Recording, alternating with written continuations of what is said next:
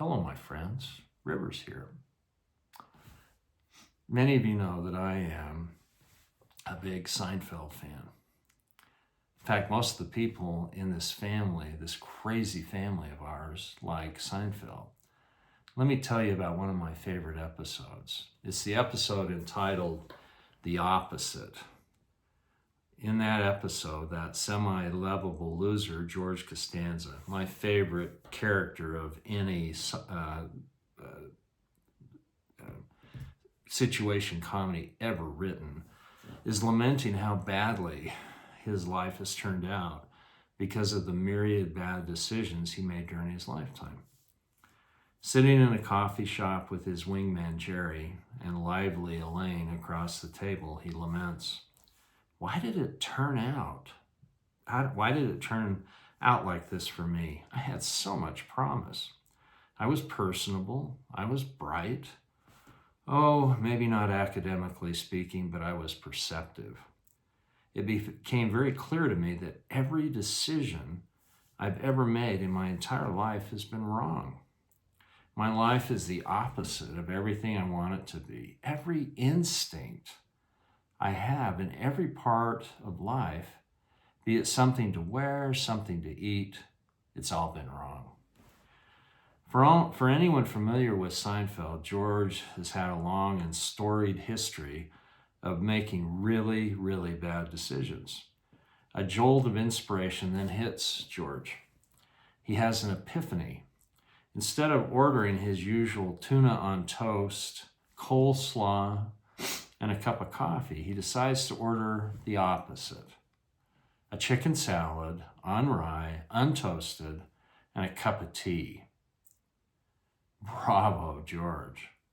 George's newfound courage to order the opposite of what he usually orders at the coffee shop had some surprising consequences. Actually, marvelous consequences for him. An attractive blonde sitting at the counter casts a glance at George's way after he places his opposite order. Elaine picks up on this and goads George to go over and talk to her. George responds to Elaine by saying, Elaine, bald men with no jobs and no money who live with their parents don't approach strange women. However, encouraged by both Elaine and Jerry, and convinced that he must now do the opposite of what he would have done, the new George courageously strides over to the attractive blonde and tells her that he couldn't help but notice that she was looking his way. The woman tells George that he had just ordered the exact same thing as she had ordered for lunch. Mustering all the courage that he could, he boldly but inelegantly announces, it's a classic line, my name is George, I'm unemployed, and I live with my parents. For the rest of the episode, George, clearly on a roll, takes the attractive blonde out on a date, gets a job interview with the Yankees, and other wildly fortunate things happen to him, all as a result of making opposite decisions. Maybe George is onto something. There are times when we need to cancel the tuna on toasts of our lives and bravely order chicken salad on rye untoasted. Wouldn't it be interesting if just a few relatively minor changes in our lives yielded some spectacular results? I have a theory that we already know what little changes we need to make. Deep down, we know that what the orders of tuna on toast are in our lives that we need to cancel. Occasionally, we hear these little whispers, usually when we're in a contemplative mode, which entice us to make small changes in our lives and sometimes even entice us to make really big changes in our lives. Follow those gentle enticings. Have courage, like the semi-lovable loser friend of ours, George, and make those changes. You know, it's hard to make changes in our life. The thing is, change is unavoidable.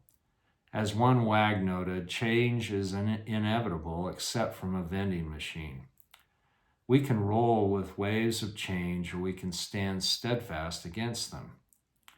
By the way, I'm going against the thing here by doing these stories, talking to an iPhone, which thing I would have never have thought about doing for maybe even 2 years ago.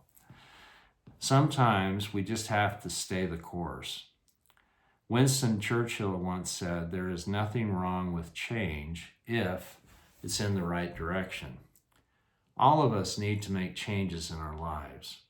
A lot of these changes are very minor changes. Some of these so-called minor changes, like George canceling the tuna on toast for a chicken salad on rye, are more difficult to do than we think. Make the changes. The consequences of making these minor changes can be spectacular. Maybe you'll even get a job with the Yankees. I bid you adieu.